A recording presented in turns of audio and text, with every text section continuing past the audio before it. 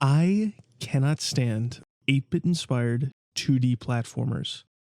Typically, they have misguided intentions or are using antiquated gameplay design choices and pixel-like graphics as a means for independent developers to hide shortcomings, keep costs low, or grab attention where they otherwise wouldn't have any.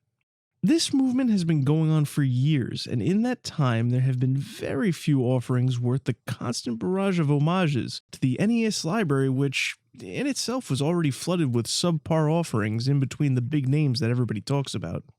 And would you look at this? Here's another one. The tale of a cybernetic ninja named Shadow on his final mission.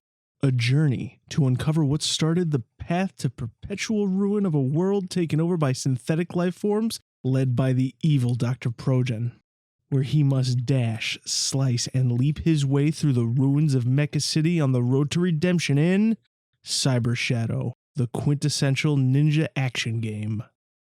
Yeah, okay. Well, how is it? Neat, I guess. The story is very much as described. You play as Shadow, who is part of a clan of ninja that watch over the flow of lifeform energy known as Essence, between the physical realm and the spiritual realm of the ethos.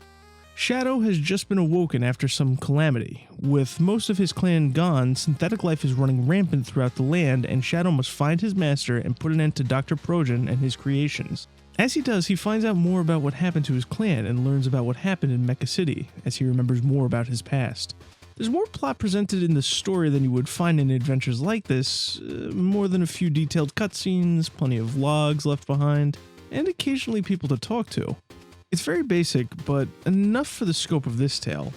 However, most people will be here for the gameplay.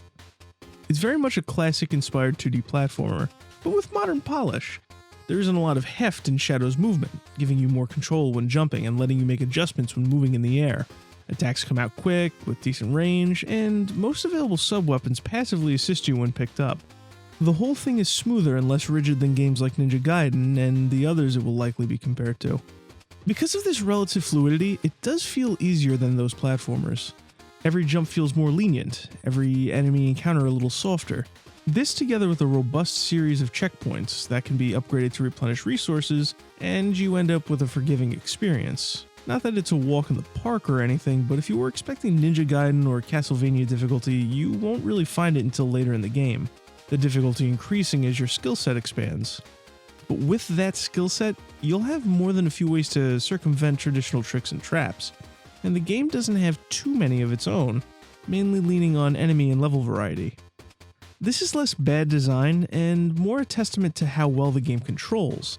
Outside a few hiccups that can cause accidental move inputs, the game handles so well that when confronted with the old school inspired level design, it's just naturally easier to handle.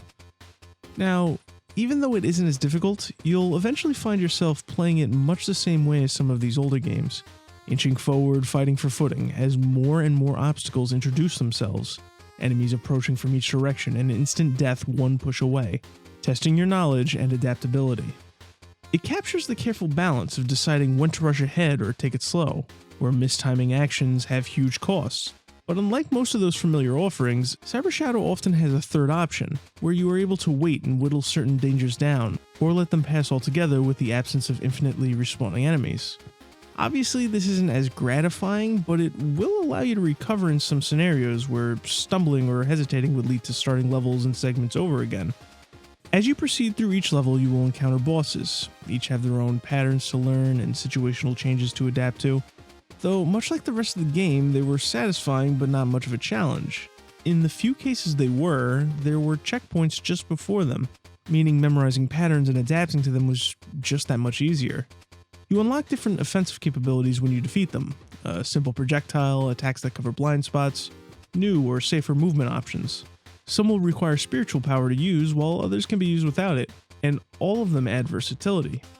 Growing into everything the game lets you do is a process that brings you from the bare-bones standards of the 80s to having a little bit of everything from the best of that era, which is about as satisfying as a game like this can be.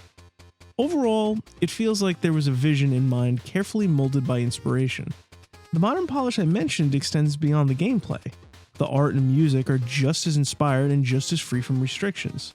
Multi-layered backgrounds, shading, details, and animations. The fidelity of sounds and music.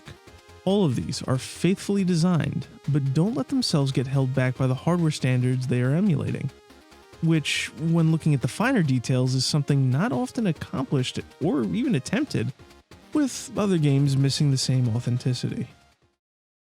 Cyber Shadow is admirable in origin, and the game is fine. As far as I'm concerned, making a game with older designs and graphics in mind requires that you use both as a foundation, not a template. And it does just that, taking what inspires it and going beyond the capability of the older hardware. And just when you think the game is going to settle into the familiar, it adds a new layer or a new twist on something you've encountered already. Some will find the difficulty lacking, at least compared to the experiences of the past, though I'm sure for many more it will be more than enough. And for all players, a refined retro experience awaits.